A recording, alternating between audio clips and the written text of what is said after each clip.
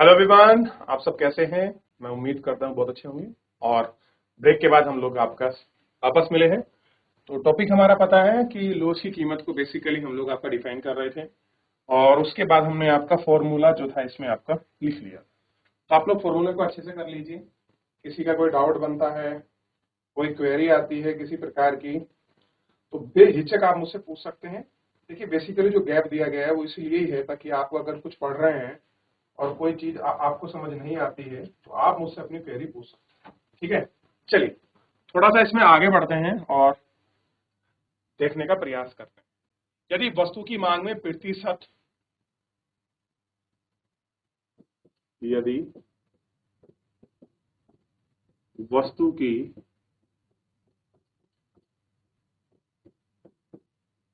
मांग में प्रतिशत कीमत में प्रतिशत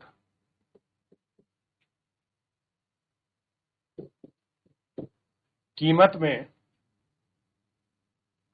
प्रतिशत परिवर्तन से ज्यादा है, प्रतिशत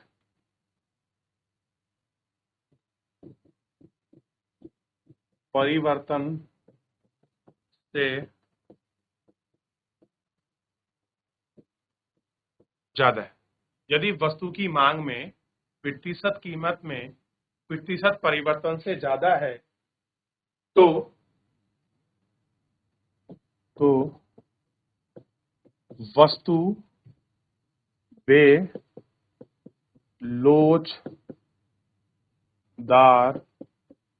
होगी या होती है।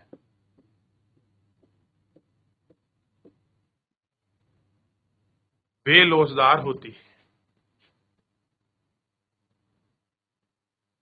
बेलोचदार तथा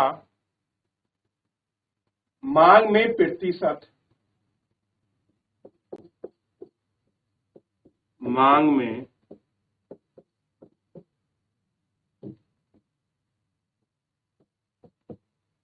प्रतिशत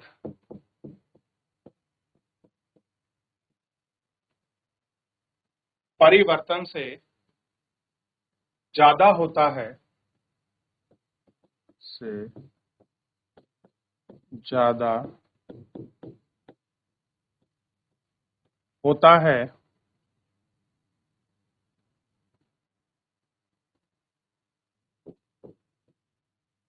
कम होता है तो वस्तु की मांग बेलोचदार होती है, बेलोचदार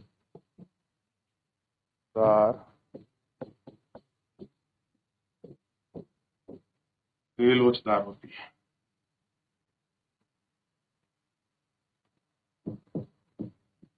यदि वस्तु पर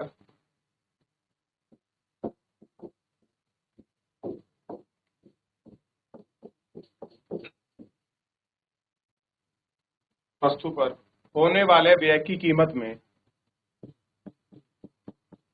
होने वाले व्यय की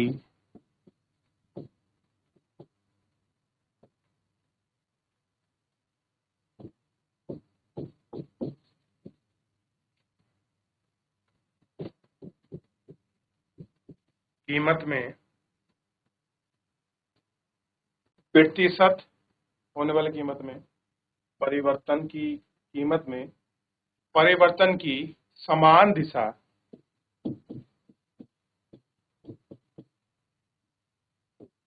परिवर्तन की समान दिशा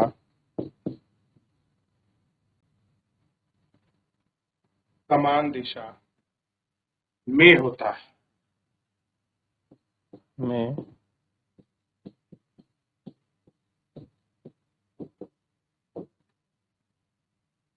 में होता है तो मांग बेलोचदार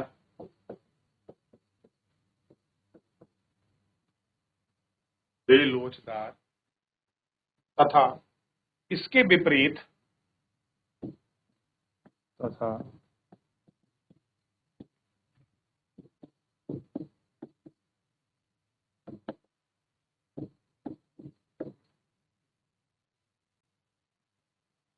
इसके विपरीत यदि वस्तु पर होने वाले समान परिवर्तन यदि वस्तु पर होने वाले समान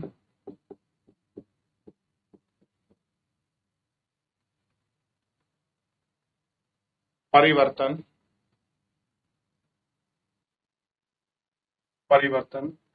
की दिशा की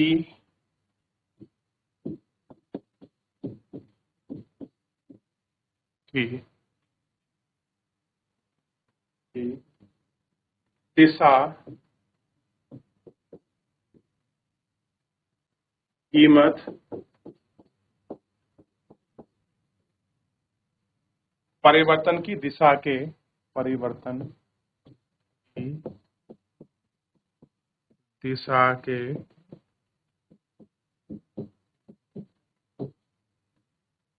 के विपरीत होता है।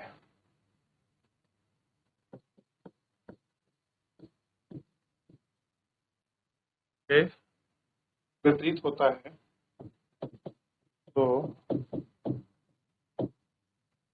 मांग की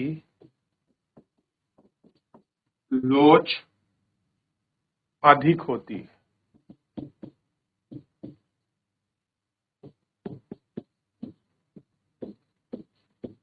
ठीक है, अधिक होती है। बेटा कॉपी करें। अब देखिए इसी तरह से, इसलिए मैं कह रहा हूं ये बड़ा कंफ्यूजिंग है। लोचदार की परसेंटेज थोड़ी सी भाषा कर क्लियर हो गई। यकीन मानिए जब जब पढ़ाऊंगा पूरा साफ हो जाएगा। बस इन चीजों को थोड़ा सा ध्यान रखिए और करिए। यकीन मानिए कोई प्रॉब्लम नहीं आने वाली है।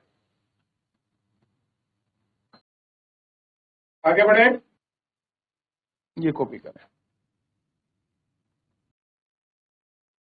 हो गया बच्चों? तो अब क्वेश्चन नंबर 11 पर हम लोग बढ़ चुके हैं। दो अनादि वक्र कभी भी एक दूसरे को क्यों नहीं काटते, स्पष्ट कीजिए। इस क्वेश्चन को हमने देखना है। ठीक है, तो देखिए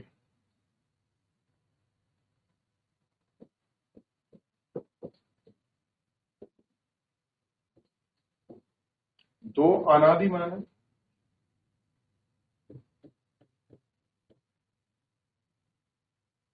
दो अनादिमान वक्र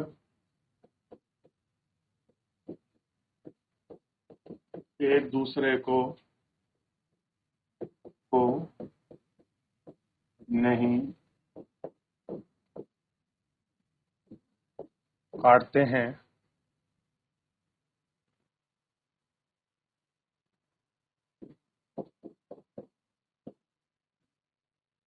क्योंकि नंबर 1 लिखिए, अनादिमान वक्र पर स्थिर सभी बिंदु संतुष्टि के समान दर्शक को प्रस्तुत करते हैं। एक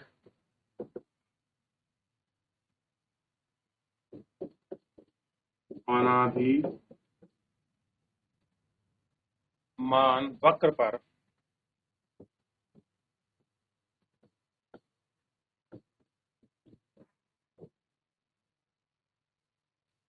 पर स्थित सभी बिंदु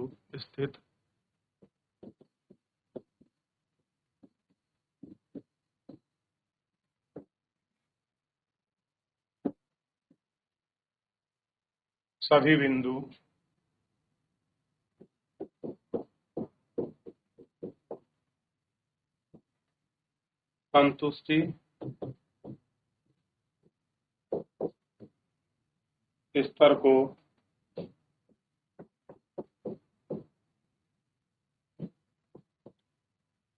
दर्शाते हैं।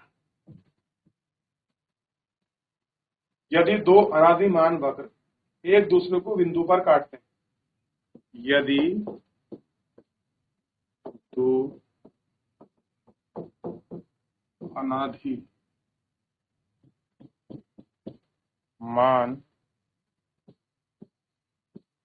वक्र, यदि दो अनादिमान वक्र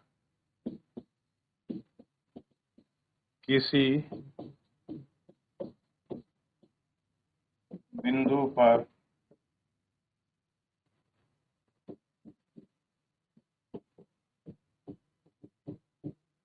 एक दूसरे को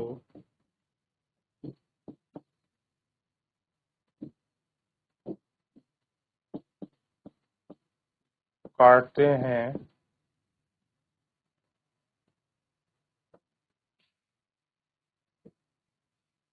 नंबर 3, तो यह बिंदु दर्शाता है, तो यह बिंदु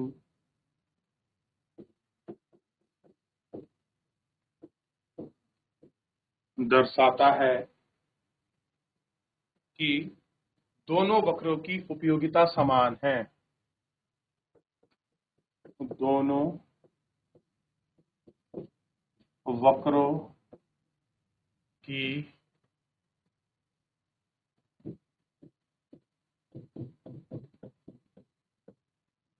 उपयोगिता समान है।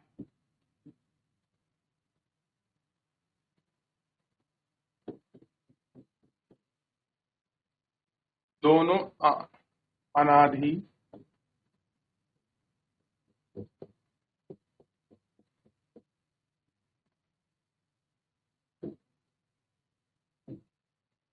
दोनों अनादिमान वक्र संतुष्टि के स्तर पर नहीं दर्शाते, दोनों अनादिमान वक्रों को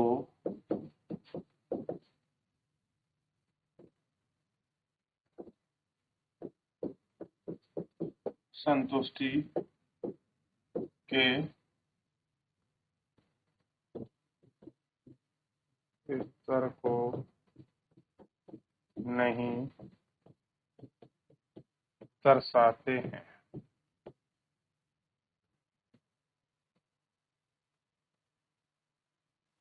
आपको नहीं दर्शाते या नहीं दर्शा सकते, ठीक है। फिफ्थ पे देख लीजिए, अतः वह एक दूसरे को नहीं काट सकते, अतः वह एक दूसरे को नहीं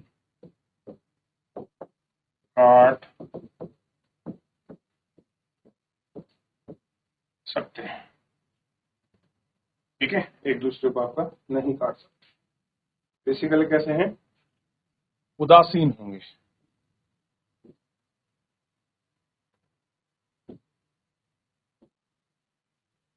एक्स एक्सिस, वाई एक्सिस, ठीक है। मान लीजिए ये आपका संतरे का हो गया और इसी का एग्जांपल केले का। जब आप पढ़ोगे तो केले में ये चीजें आपको दिखाई देंगी, ठीक है। मान लीजिए ग्राफ ये हो गया और एक का बिंदु ये हो गया, ये किसी इस बिंदु पर अगर काट भी रहे हैं तो ये पॉइंट ए, ये पॉइंट बी और ये पॉइंट सी, तो I_C2, I_C1 और I_C2, ठीक है। ये आपको ध्यान रखना, ठीक। अब आप इसको अच्छे से कॉपी करिए एक बिंदु, ठीक है। ठीक। तो हो गया, चलिए इसमें आगे बढ़ जाते थोड़ा सा, और आप ये वाला कॉपी करें, फिर उसके बाद ये वाला आपको ग्राफ बनाना है, ठीक है। चलिए कॉपी कर लीजिए अच्छे से।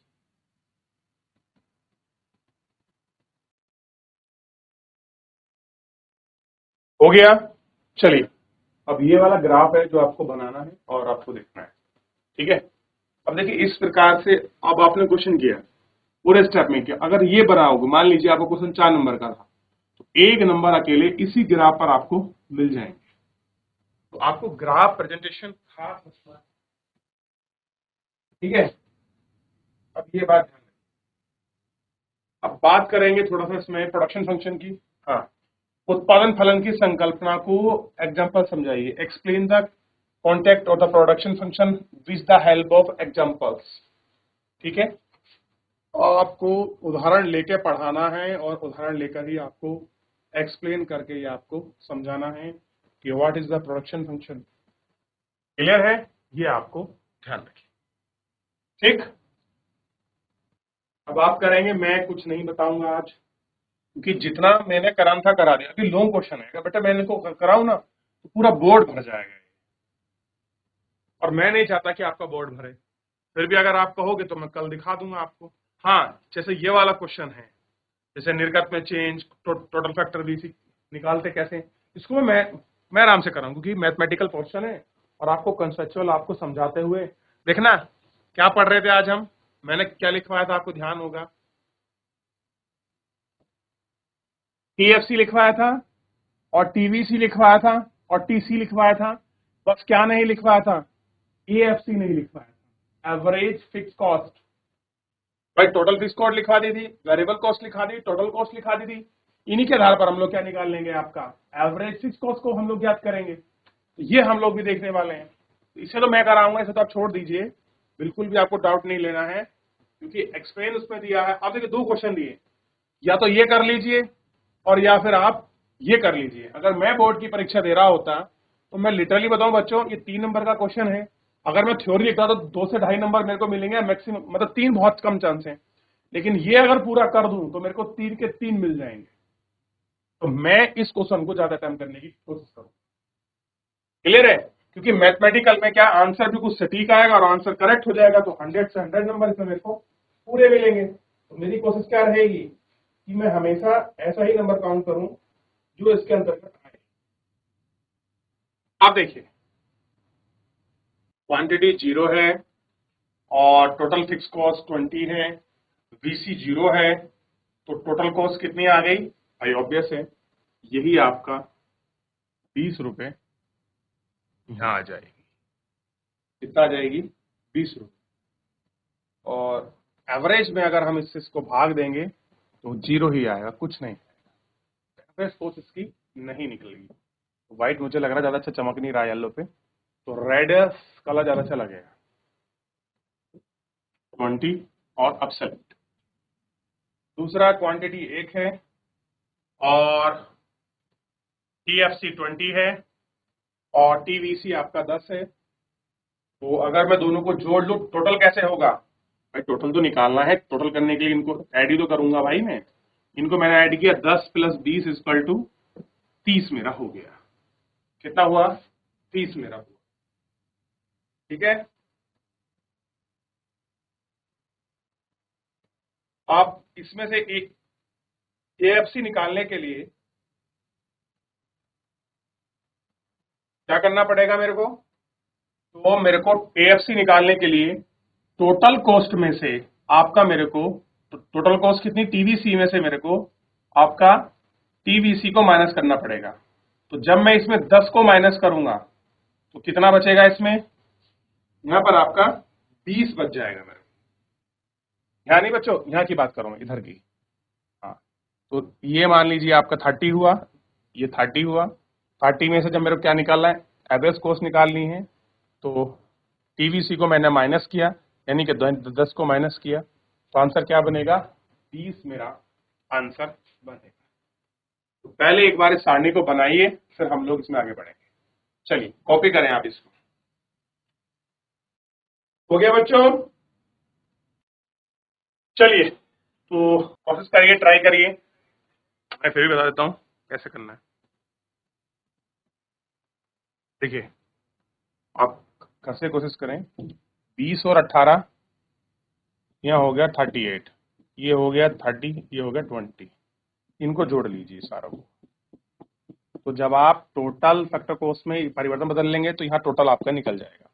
अच्छा, अब आपको एवरेज निकालना है, तो एवरेज निकालने में आप टीवीसी को माइनस कर दीजिए, यानी कि 30 माइनस 10 इज इक्वल टू 20।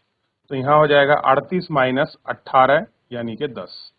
यहाँ क्या हो जाएगा, ये हो जाएगा 48 माइनस 24। इस तरीके से निकाल लीजिए, इन सबको ऐड करके इस तरीके से माइनस निकाल लीजिए, एकदम आसान। और सोचिए, जोड़ घटाने से ही आपके 3 नंबर पूरे फाइनल आपकी परीक्षा। तो मैं तो अगर मैथ वाला पोर्शन आएगा ज्यादा टाइम करने की कोशिश करूंगा कि भैया ऐसा कोई पाई चार्ट मिल जाए और अपना नंबर अच्छे आ जाए। ठीक है, चलिए, तो विशेष ध्यान रखिए, और क्या पता आपको नहीं मिले अथवा में सीधा यही क्वेश्चन मिल जाए, तो ध्यान रखिए। चलिए, आज के लिए इतना ही, मिलते हैं नेक्स्ट लेक्चर में। धन्यवाद।